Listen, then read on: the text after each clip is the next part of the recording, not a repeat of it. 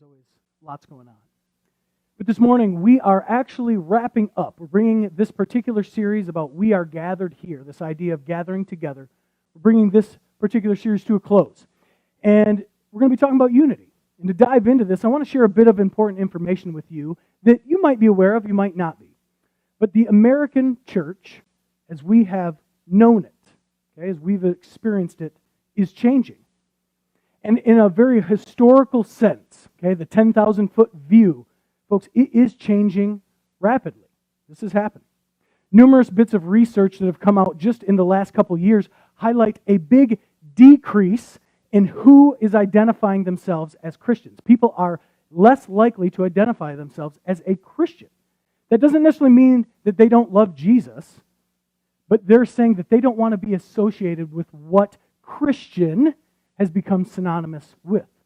And while this is happening, fewer people wanting to identify as a Christian, there has been a substantial decrease in regular church attendance and formal church membership. Okay, and this is among the people that would still identify themselves as a follower of Jesus. In the year 2000, formal church membership, regular attendance, was at 70% of all Americans were part of a church that were surveyed. I mean, they obviously don't maybe get to everybody's door, but that's a big number. 70% in 2000. Just recently, the new data shows up, and it's only 47%. To put it simply, okay, there are fewer folks gathering together in faith communities than in the past. And the reality is, because, and I'm not picking on anyone because I saw a few of you do this, and I do this often, we can sit here and we can shake our heads, right? And we can go, man, what a shame. I'm guilty of it. I'm guilty of it. Because it seems a little overwhelming. It seems a little sad. And I've heard a lot of people recently, when this new data just came out, they're like, well, surely it's a sign of the great falling away. It's the end times. People have been talking about the end times since Jesus left. Okay. I don't really think that's true. And the reality is, shaking our heads and feeling like it is a shame, yeah, I get it. Okay, but it's not helpful. And so what we have to do is we have to ask the toughest questions, which are always the why questions. The why aren't people engaged in our church fellowships? Why aren't more people identifying as Christians? And then a big one is, why isn't this Jesus thing growing here, at least in the States? Because other places of the world it is. And I think that it's unfortunate because many of our attempted answers that we've been trying over these at least last 20 years, that's been most of my adult life over these same 20 years, has been just, the answers are more of a continuation of what has brought us to this crisis point, which I've pointed out in my own life and even from the pulpit a lot. It's just been more us versus them. It's been my team versus that other team. And that thinking never works. It never works. And inside the church, inside our collective family, okay, it's pitting us against our fellow brothers and sisters. It's against all those opinions or all those groupings that don't look like and don't sound like the dominant ones that I heard growing up. Because we do recognize, right, we have a lot of different generations here, just in our church body. We've all grown up with slightly different tweaks on how this whole church thing comes together. And unfortunately, we as the family of God, we have given into this idea of seeing our brothers and our sisters as opposing groups or teams at the expense of just seeing our brothers and sisters as a person. See, this morning we're going to be talking about the church. So every time we talk about unity, I'm talking about us right here, online, in person. I'm not talking about us against the world, how this always gets packaged.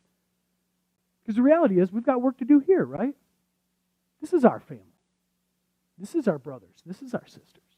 And so as we consider these alarming trends within the American church, I think it's hard to think of anything that we need more desperately than unity. And I know some of you have experienced this. Maybe some haven't. But the church, the family of God, should actually be the place where unity and harmony and togetherness flourish. You see, for us as a church family, unity and togetherness means that we have to consider first what actually we have in common, what is uniting us, And we've talked about this before too, so this is no surprise where we're going. And I know it sounds like a Sunday school answer, but guess what it is? The foundational piece that we have in common is Jesus.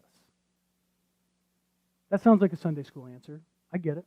We're going to talk about that a little bit further. So let's discuss this topic of unity and why we gather together in order to be united.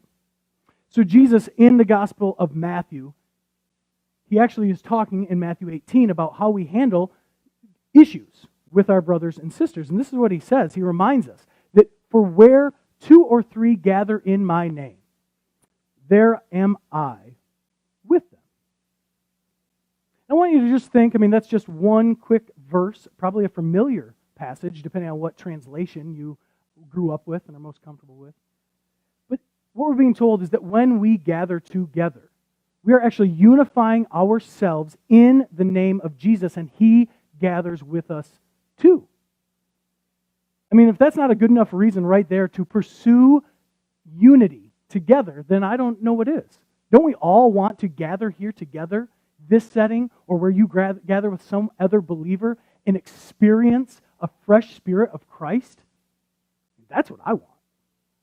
And see, one of the best parts of that particular reminder right here from Jesus is that it doesn't actually take a Sunday morning building full of people, right?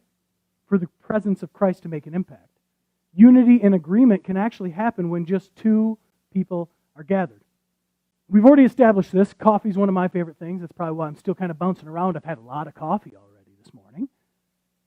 But that means over a cup of coffee, Christ's Spirit will be there. That means sharing a meal. Maybe that's shopping at Meijer, and I always bring up Meijer, so I need those royalties coming at some point for us here. But it could be in the aisle at Meijer where you stop to have a 15-minute conversation with someone, and you take the time. It can absolutely happen in things like we've done with our book study or a small group that I know some of you have done and been part of. See, that can come together. There's just so many opportunities for us to gather together and experience the presence of Christ. And that means that when we gather, the truth is we are gathering under the authority and the direction of Jesus, which is ultimately what we do when we come into this space, even on Sunday mornings, to come together with our brothers and sisters. We unify ourselves in Christ, first and foremost, because that is the foundation. Now, interestingly enough, dealing with challenges in the church family when it comes to things like unity and togetherness and peace, they were as important 2,000 years ago as they are today. Because if you scan through your New Testament, it's pretty hard to find a book of the Bible that doesn't deal with either our relationship and finding peace and unity with God or our relationship with other people and finding peace and unity. And when I say that, it'd be hard to. I'm going to tell you, you can't. Okay? How's that? That was the soft sell, now you get the hard sell. You can't. Throughout the entire New Testament. See, unity and harmony are worthy pursuits, and they are actually the anticipated and they are the intentional pursuits for all of us that claim to be part of the family of God. I want you to hear what Paul says in his letter to the Ephesians. Now keep in mind, this is a letter to a church from Paul, the church in Ephesus. And this is what he says, a familiar passage out of chapter 4, verses 1 through 6. It says this, "As a prisoner for the Lord, then, I urge you to live a life worthy of the calling you have received. Be completely humble and gentle. Be patient, bearing with one another in love. Make every effort to keep the unity of the Spirit through the bond of peace. There is one body and one Spirit, just as you were called to one hope when you were called. One Lord, one faith, one baptism. One God and Father of all, who is over all and through all and in all."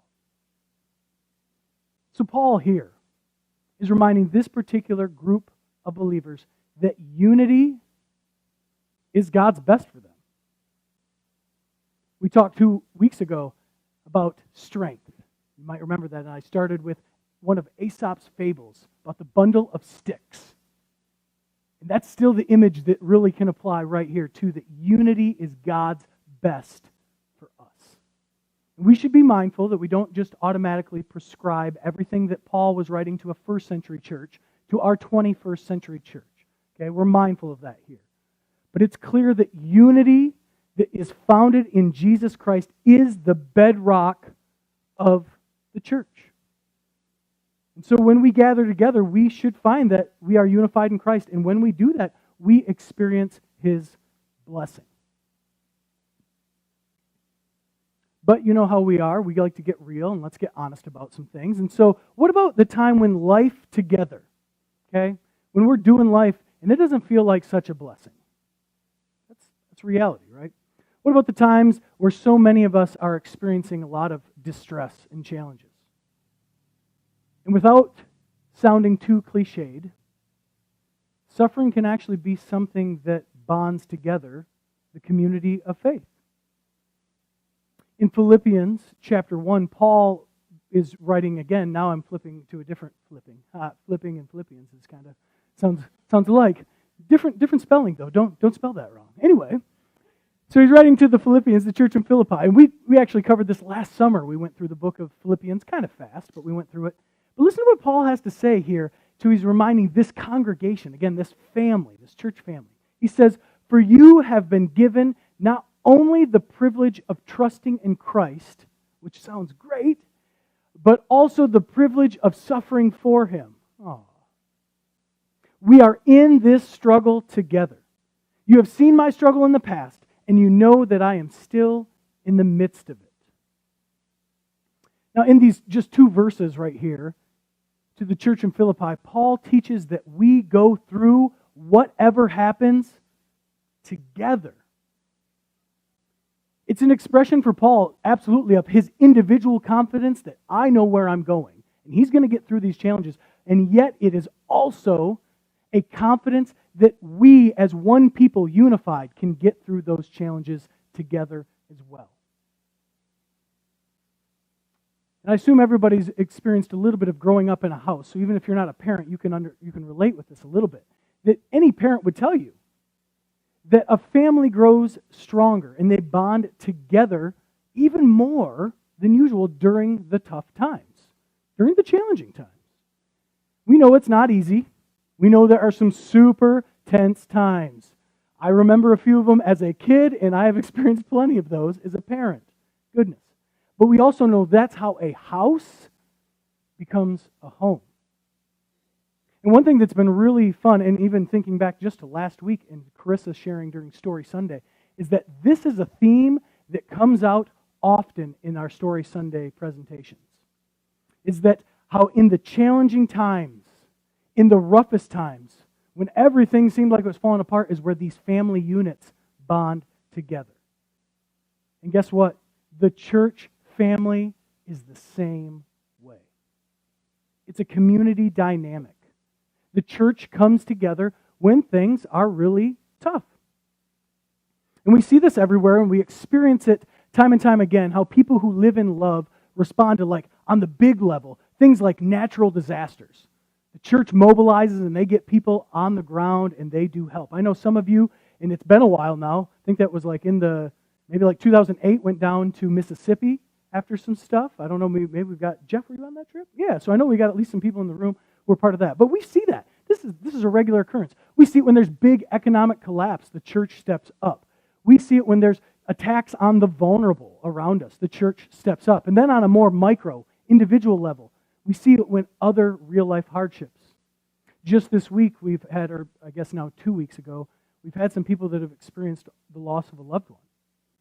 And as I stood down in the basement there in the kitchen with Dot, we were just reminiscing how amazing it is. Every time there's a funeral meal, there's a need, we always have more than enough food. Like, it's almost like Jesus has come and multiplied the fish and the loaves because there's just so much.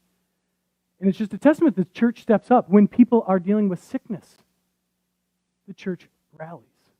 When individuals that we know and we care about, when they're facing financial issues, the church steps up.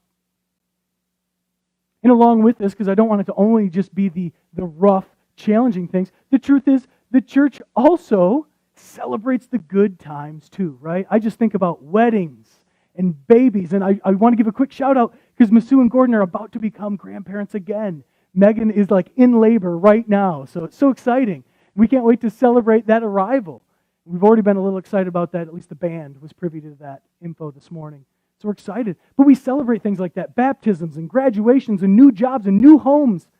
And when there's miraculous healings, we celebrate together because this is the truth.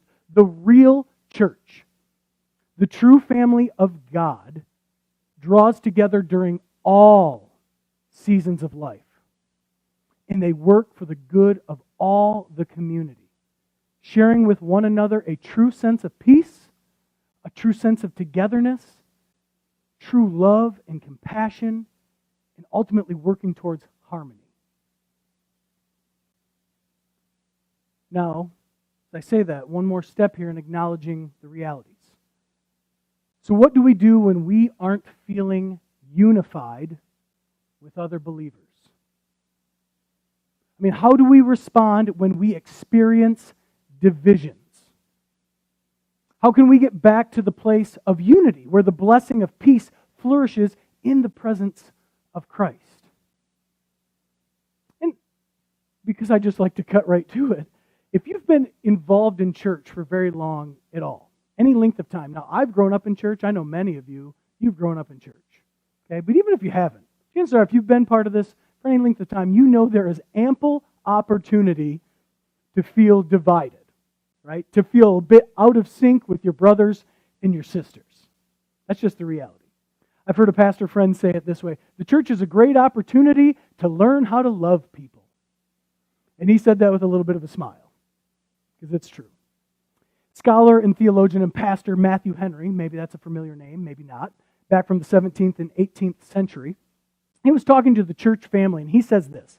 He says, "May all who love the Lord forbear and forgive one another, as God hath forgiven them." Now, Matthew Henry knew a little bit about the divisions that happen in the regular church life and activity. He knew that one of the most powerful things in those moments that we can offer each other in order to seek harmony and unity is forgiveness. That's one of those other F words that no one likes to say. Right? Consider this. Just think with me here for a second. Think about possibility that someone has offended you or someone has wronged you here in this church family. Just the possibility. I hope the ridiculous sarcasm is landing well, because it's a reality, right? We know this happened. Maybe something kind of fresh comes to mind, and that's okay. You can hold that in your mind. I want you then to consider, what would it take for you to extend forgiveness to them? Someone's hurt you. Someone's done you wrong, it feels like. What would it take to extend forgiveness to them? Would you open-heartedly consider forgiving him or her? Maybe, is the offense significant enough, consider this, to lose togetherness and unity over? And it's possible that your answers to those questions, because those are hard questions, it's possible that you've got a bunch of mixed reactions to those questions. Because I'm not minimizing it all here. Maybe your reaction right now is like, well, not today. Not right now. And I can understand that. Because the reality is not each offense that we deal with is equal in its impact. Correct? Some things hurt. Some things leave a lasting wound for a bit. So that's dealing with some time when you've been hurt. You've been wounded. Happens. That happens. But what if a current issue for you and I, for us, isn't offense? We haven't had someone hurt us and it isn't a forgiveness thing. What if for you or I just right now we disagree with the direction, maybe the attitude or the approach of our church? I've grown up in church. I know what that's like. That's common. And I want to, as we talk about this, because I just want to be as real as possible. I know that I get to be the pastor here, but I hope you understand too, we have a leadership board that I'm accountable to. That I'm not just doing things alone, I'm accountable too. And so there's times where I don't get my way, okay? And believe it or not, I pout like a baby. No, I don't. Hopefully not. I do. I probably do. Everyone just can read me, and I'm like, doggone it. Maybe the masks are good for that. I can hide a little more, but It's just the reality. I mean, there are times, what if you or I disagree with the direction or the attitude or the approach of our church? That's a real thing. And I would encourage you, because this is what I have to encourage myself to do, I would suggest setting up a time to discuss this, to discuss whatever you are at odds with, to ask some questions, to seek some clarity, to try and find some understanding. And then I'll be really honest, what is the hardest part for me, so maybe this is you too, is that often what I have to do is I have to consider releasing my desire to basically have it my way. Isn't that always the hardest? See, when we consider just how easy it is to be divided within our church family, just here. I mean, is it any wonder then when we read through the Gospels, we see Jesus talking about forgiveness so often? How we relate with one another? I mean, he shares so much compassion that we see, and it's evident through his healings, through all the restoring work he's doing, through all the messages he shares. And I love it about Jesus because he doesn't resort to our familiar, categorizing of people into groups. He doesn't resort to our common, I would say, punishment practices like sin shaming or blaming. Instead, Jesus lives at peace. And the Apostle Paul caught this too, and he knew it. And he shares in Romans 12:18, he says this, "If it is possible, as far as it depends on you, live at peace with everyone." About a week and a half ago, I had a really bad moment with a good friend. I like to be sarcastic. You guys have already caught on, little jabs. And along with that sarcasm, though, I'll be honest, I feel like I'm really good at reading people. So, I always like to smile when I'm being sarcastic to give it away, and I can read body language and all that. But this particular time with this friend, I misread it bad. And so the sarcasm and the jabs began to build up to a boiling point. And there was a really bad moment with a friend. And ultimately, I hurt this friend really badly. And so I was so frustrated after this happened, and still around a little bit, and then eventually left. And I was so mad at myself because I just misread the situation so poorly. Did such a bad job with that. And so I was actually sitting in my van outside of the gym, because when you've had a bad moment, the gym is a good place to go, by the way. If you're a workout person, you might get that. Like, you burn off a little steam because you're just feeling like, what happened? But I sat there and I pondered, and I began to think of this friend and all that this friend had going on. Lots in their life that was stressful, that I was overlooking. Lots of things happening behind the scenes that I was not thinking about and seeing. And so it made my, usually what I would call some jabbing, some sarcasm, man, it made it just heaping all of this negativity upon this friend. And so I had to apologize. And I felt awful. And the truth is, like 10 days out, I still feel pretty awful. Because the reality is, I think that there's been forgiveness, and I think that that's working us back towards it. But the truth is that we have to sit with, and that I'm sitting with today, is that forgiveness doesn't instantly heal all wounds. We know that, don't we? So in this series that we are wrapping up here, we've talked about things like encouragement, things we need, reasons we gather, encouragement and rhythm and strength, and now today, unity. And the truth is, I bet you as we've gone through these 4, you have probably thought, well, we should talk about this one. We should talk about that, because there's a lot of reasons. There's many more that are really good reasons we gather here. But if you remember back to the very first sermon in the series, I put a couple pictures up of solitary confinement. We talked about solitary confinement. And you might remember some of the suffering that solitary detention causes, which include things like anxiety, cause panic, aggression, and even depression. And then we've talked each week a little bit about, and even this morning, painting a picture of some of these statistics of like, we are really in a tough spot here in society at large, and even here in the church, where we are more isolated than we've ever been. We have a crisis of what I would call loneliness.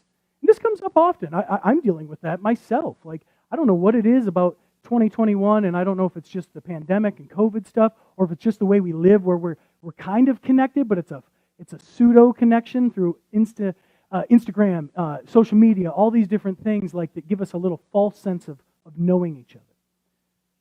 But we're there. And so I wonder, what is the antidote for isolation? What's the antidote for loneliness? And how about division? Whew, we know we're a little divided right now. And isn't the antidote, sorry, that's a weird word to say, isn't it togetherness? Isn't it being with each other? Isn't it a true sense of belonging and welcome and knowing like, hey, I fit. I'm part of this. It's being part of a community, of being a part of a fellowship. And so this morning, as we put a little kind of a bow, it's not a tidy one because we'll probably harken back to this series as we move forward, but as we think about unity, how do we experience more unity here? I want to offer you 2 actionable steps of what we can do. And I want to be honest before we even get to them, I think we do this relatively well here. So if any of this has sounded like chastisement, please don't hear that.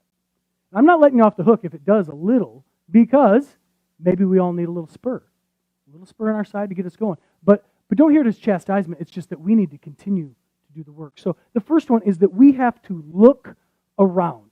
I put with eyes wide open. We have to look around with the eyes wide open. I want you to consider for a moment the immense joy of a dinner table. Think about that. That is filled with and surrounded by people who you know and who in turn know you. Now for me, my mind when I go there, I'm thinking Thanksgiving. Because I've grown up, we always had a big Thanksgiving celebration. It was actually at an aunt and uncle's house.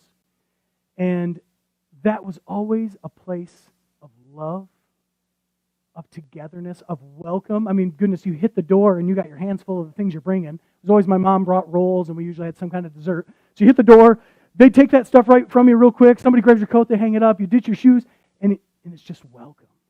And you belong. And they know you, and you experience peace there, and you experience unity. That image in your mind, what can you do if you're not feeling there right now? What can you do today to take a step towards that table, towards that place of togetherness in your own life? Because folks, you know it always starts with us, right? It always starts with me. And then how can we begin to open our eyes and look around us and help others here find that table too, that sense of togetherness and belonging? And then certainly there's the outside world, a little bit of some other people that really would benefit from that too. Consider them. You see, most of us have been at the table for a long time. We've been part of this fellowship, this thing called church, for a long time. And so maybe today is actually the perfect day to get up from the table in order to go and bring someone else alongside you. And I told you right out of the gate, we're talking to the church today. And so this isn't just some evangelistic message to the world. I'm talking about us here, this church family. Who can we make sure is part of our gathering around the table even more? You can look around if you need to. I get to actually see your faces right now. You guys don't. You just see the back of heads or balding spots. I'm glad I'm not out there. When we look around, it's here. Because the truth is, if we can't do that in here, hear me on this. If we can't do this well, if we can't find unity and harmony and togetherness here, what chance does the world have? Yep.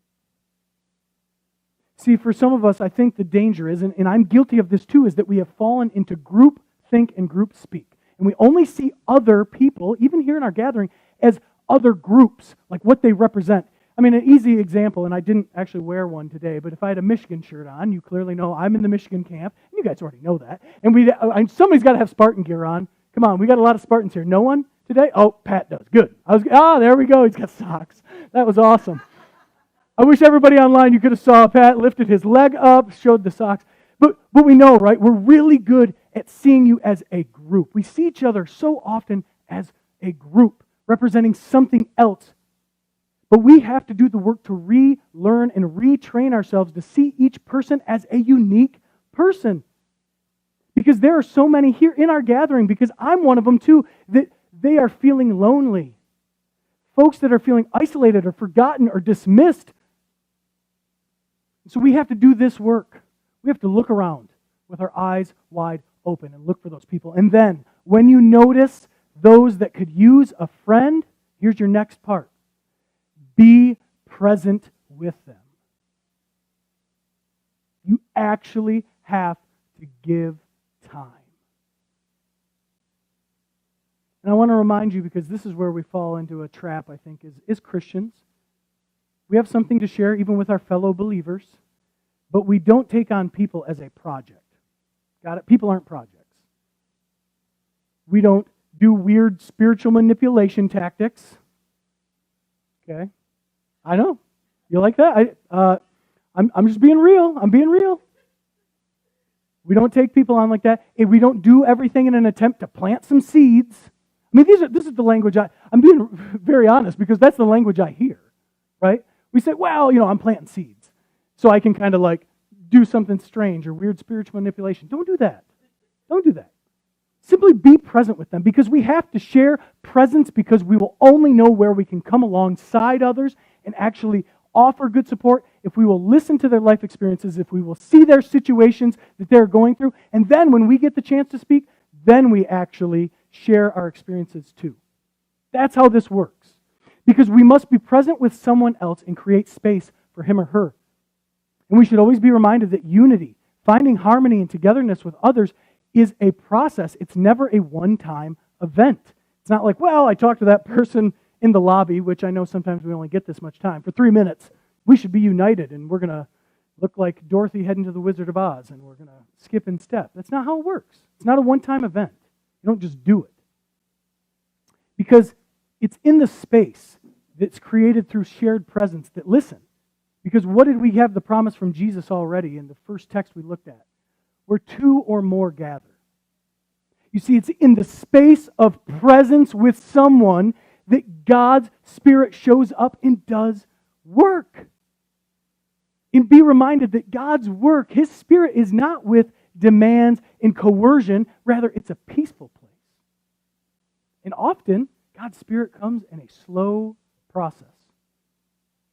And just like my story with my good friend, I'll tell you that it doesn't always just end with instant harmony, does it? It takes time. It's a process. That's just the reality, but I want to encourage you that God's Spirit in that space that we help create, of just being present with people, His Spirit will go to work. So yeah, as you know, and I already alluded to, these are difficult tasks. These are time-consuming tasks. This means we have to either somehow take the foot off the gas pedal, if you like that metaphor. We have to bring the fire from the roasting top-notch fire down to like the simmering boil here. Somehow we have to dial it back. And we've talked about creating margin in our life because people matter, and we have to start to spend time with others. And the truth is, it is really easier. It doesn't mean healthy. It means easier. It's tidier. It's way less intimidating to live an isolated life, isn't it? Where you only have to really consider yourself or the people that you relate to most. That's easier life. But I think, and I'm acknowledging this with my own hand raised, you don't have to do this. It gets lonely. It gets real lonely. But I'm assuming that the very fact that you showed up here on a Sunday morning, on Mother's Day, you could have taken mom or someone to brunch instead. You could have beat everybody else there. Maybe you're still going, and if you are, that's good. Eat something tasty. But the fact that you're here today, the fact that you joined us online, it tells me that you are committed to doing the hard work to find unity. That's good. It starts by actually showing up, doesn't it? So if my encouragement to you this morning is if you are lonely, I get it. If you're feeling a bit isolated, yeah. If you sense a lot of division in your life, if you're feeling divided, yeah, I think we all know that. That's a reality right now. I want you to know you're not alone. You're not alone. Even just here in our church family, there's others that are wrestling with this too. And so I want you to be encouraged to go and be unity. Be unity. The only way this gets better, folks, is if you'll be it. And that does look like sometimes seeking forgiveness when you've been hurt. And that can be uncomfortable because maybe it's digging up old wounds and these people don't even know. It looks like a willingness to seek some answers, seek some understanding, and then even if you're not going to get your way, you deal with that. You process that. For the sake of coming together, doing all that is in your power to make peace with everyone. So that's my encouragement today. Simple job, right? So simple. It's not simple. But be unity. Because we need that more. We need it here, and then absolutely in every facet of our lives and our interactions outside of this building and this space and this group, we need it too. Let's pray.